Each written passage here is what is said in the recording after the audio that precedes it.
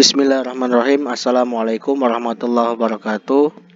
Alhamdulillahirrabbilalamin. Wa bihi nasta'in wa ala umurid dunya waddin wa ala alihi washabihi ajmain. Amma ba'du.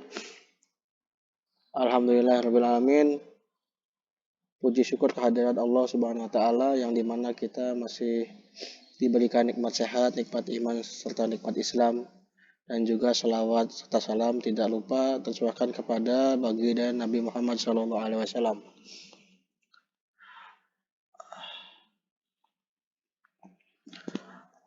Di sini kami akan menjelaskan atau akan mempresentasikan dari tugas mata kuliah riset operasi yang diampu oleh Ibu EN Nuraini yang bertema tentang manajemen perencanaan dan pengendalian waktu. Proyek sistem aplikasi kepegawaian pada SMK Negeri 1 Trisi Indramayu. Untuk pemateri 1 dengan saya sendiri yaitu Ganjar Supangkat dengan nomor induk mahasiswa 1905111054 dan pemateri 2 yaitu Neneng Kurniasih dengan NIM 2215111005. Untuk mempersingkat waktu, bagaimana langsung saja kami akan menjelaskan apa yang dimaksud dengan perencanaan manajemen sistem itu sendiri. Sistem adalah suatu kumpulan atau himpunan dari suatu unsur komponen atau variabel yang terorganisasi, saling berinteraksi, saling tergantung satu sama lain dan terpadu.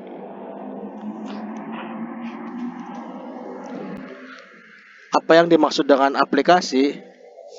Aplikasi adalah program yang dibuat oleh pemakai yang ditujukan untuk melakukan suatu tugas khusus.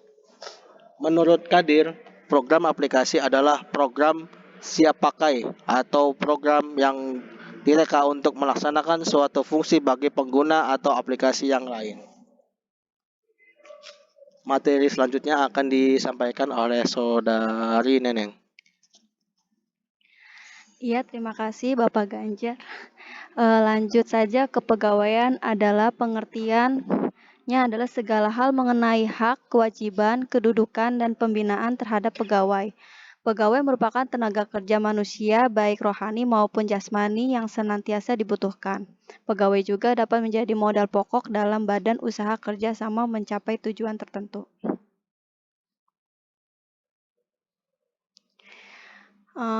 Apa sih aplikasi kepegawaian itu? Aplikasi kepegawaian berbasis web yang ditujukan untuk pegawai agar dapat mengakses dan mengelola data-data dan proses kepegawaian itu sendiri. Di sini apa saja yang diketahui pekerjaan-pekerjaan proyek sistem aplikasi kepegawaian pada SMK Negeri 1 Trisi sebagai berikut. Aktivitasnya itu terbagi menjadi 10 ya, kode aktivasinya yaitu A sampai Z. Dari analisis kebutuhan software, terus itu kan aktivitas yang dilaluinya pun kosong dan durasinya itu 1 hari.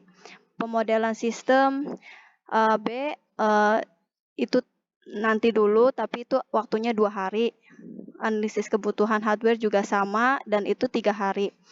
Pengendalian dan instalasi SO dan DBMS jaringan node-nya itu kodenya D, aktivitas dahulunya itu A yaitu 4 hari, desain input output database yaitu yang didului aktivitas node E yang diduluin yaitu B selama 5 hari, persiapan pelatihan user itu 4 hari, pengadaan hardware itu 6 hari, programming itu 6 hari, instalasi hardware itu 2 hari, dan implementasi yaitu 3 hari. Yang dilaluinya itu antara F, H, dan I.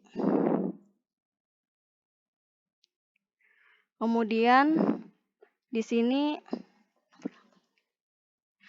Diagram jaringan proyek menggunakan metode AOA atau ADM dari tabel pekerjaan tersebut adalah sebagai berikut.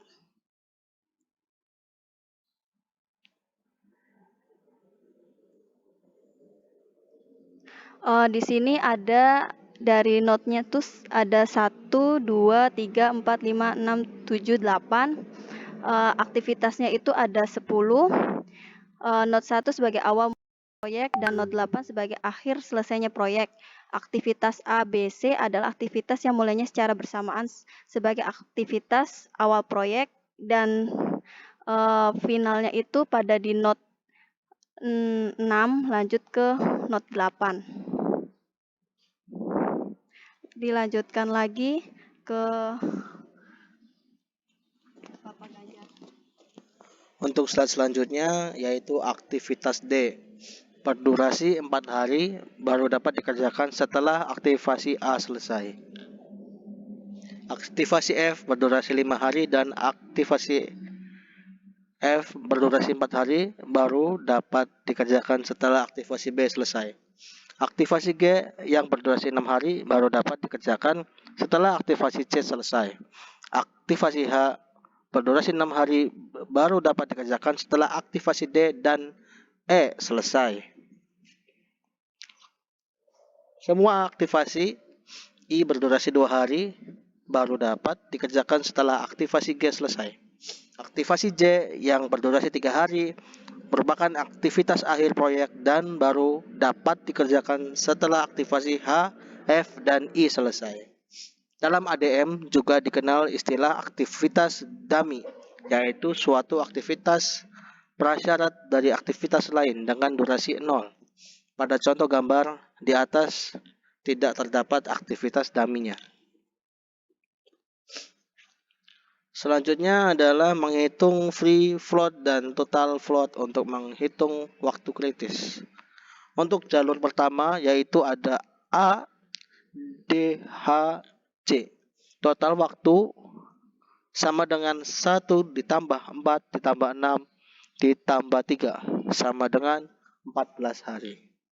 Jalur 2 ada aktivitas B, E, H, J. Total waktunya 2 ditambah 5 ditambah 6 ditambah 3, jadi totalnya 16 hari. Jalur 3 ada B, F, C. Waktu total 2 ditambah 4 ditambah 3 sama dengan 9 hari. Jalur 4 ada C, G, I, J. Total waktu 3 ditambah 6 ditambah 2 ditambah 3 sama dengan 14 hari. Berarti jalur kritisnya adalah B, E, H, J dengan total waktu proyek 16 hari. Selanjutnya adalah akan dilanjut dengan perhitungan arah maju atau forward.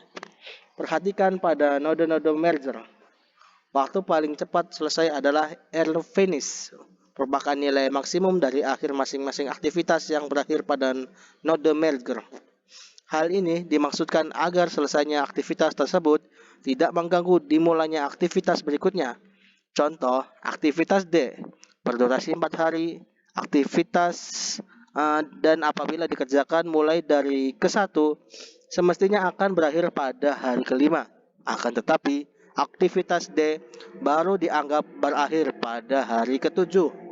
Hal ini disebabkan karena jikalau D berakhir pada hari ke-5, aktivitas berikutnya yaitu aktivitas H tetap saja tidak dapat dimulai karena harus menunggu aktivitas E.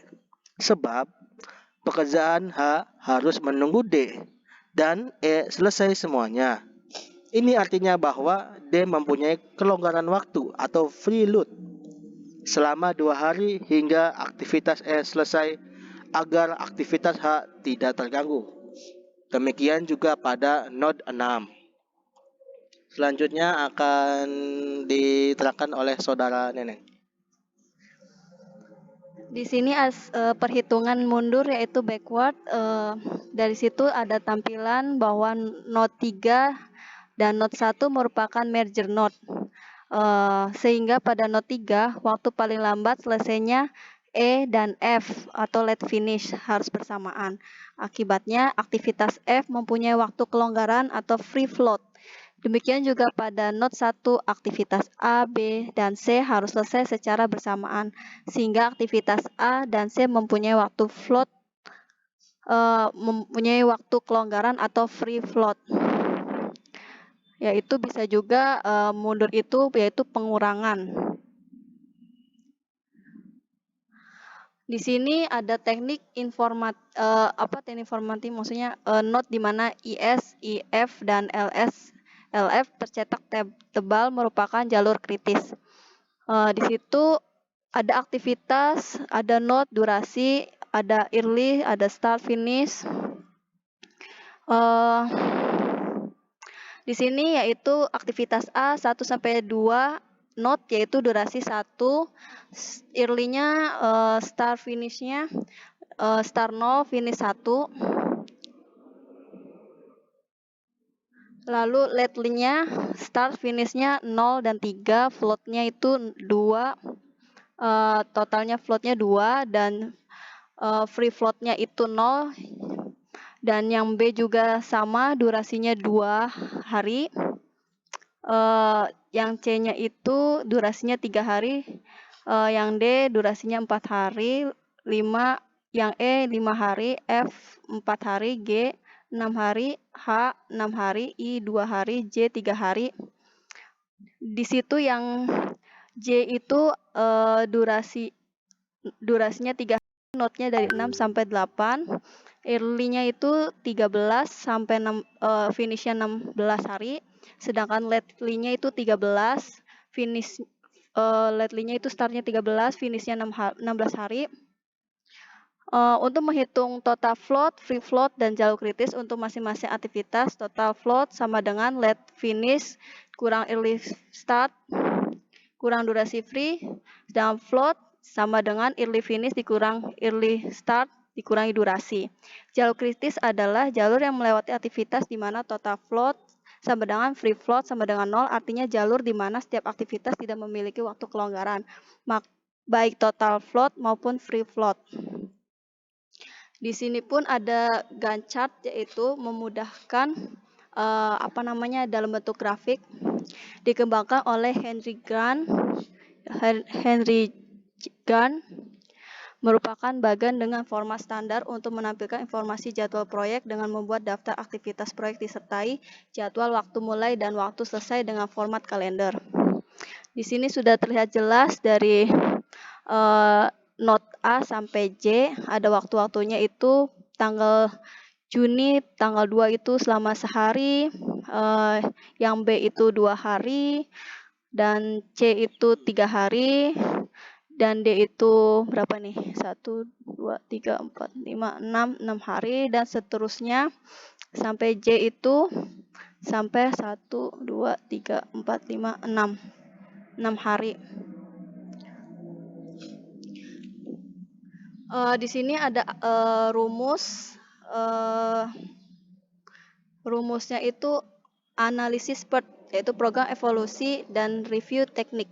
Berdasarkan ketiga jenis waktu tersebut, maka waktu estimasi aktivitas diperoleh dengan rumus TE sama dengan T0 tambah 4TM tambah TP per 6. Manajer proyek memperkirakan perjalanan analisis sistem akan dapat diselesaikan dalam waktu 8 hari kerja. Akan tetapi berdasarkan pengalaman pada proyek sejenis, pekerjaan analisis sistem memerlukan waktu hanya 10 hari pada kondisi normal dan membutuhkan waktu 24 hari pada kondisi tidak normal. Maka waktu durasi pekerjaan analisis sistem dapat ditentukan sebagai berikut. Di sini kita memasukkan rumus TE sama dengan T0 tambah 4TM tambah TP per 6 sama dengan 8 tambah 4 dikali 10 tambah 24 dibagi 6. Totalnya adalah 72 dibagi 6 sehingga hasilnya 12 hari. Merencanakan waktu proyek berdasarkan analisis PERT secara praktek memang tidak mudah. Akurasi penyusunan waktu aktivitas sangat bergantung pada pengalaman dan ketajaman manajer proyek dalam merumuskan komponen-komponen waktu aktivitas PERT. Jadi total untuk mempermudah dari hasilnya itu yaitu adalah perhitungan proyek itu selama 12 hari. Lalu kesimpulannya bisa dilanjutkan oleh Bapak Ganjar. Terima kasih. Untuk kesimpulannya adalah jadwal proyek yang sudah disusun kadangkala tidak selalu mulus dalam pelaksanaannya. Perubahan-perubahan ataupun penyimpangan pelaksanaan jadwal proyek sering terjadi di lapangan. Perubahan-perubahan yang terkait dengan pelaksanaan jadwal proyek dapat terjadi karena kurangnya kemampuan dalam mendefinisikan aktivitas-aktivitas proyek, termasuk urutan pelaksanaannya. Hal ini mengakibatkan terjadinya penambahan atau pengurangan aktivitas yang pada akhirnya akan mengakibatkan perubahan waktu pelaksanaan proyek. Lemahnya kinerja sumber daya manusia pelaksana proyek. Seringkali dijumpai banyak proyek-proyek yang tidak selesai tepat waktu bukan karena kurang akurasinya penjadwalan proyek tetapi dikarenakan lemahnya kinerja sumber daya manusia pelaksanaan proyek. Rendahnya kinerja sumber daya manusia pelaksanaan proyek ini bisa dikarenakan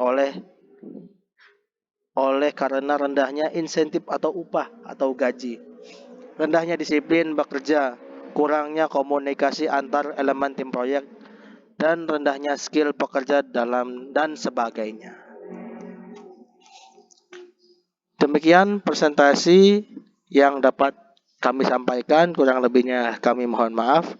Kami akhiri, billahi taufik wal hidayah. Wassalamualaikum warahmatullahi wabarakatuh.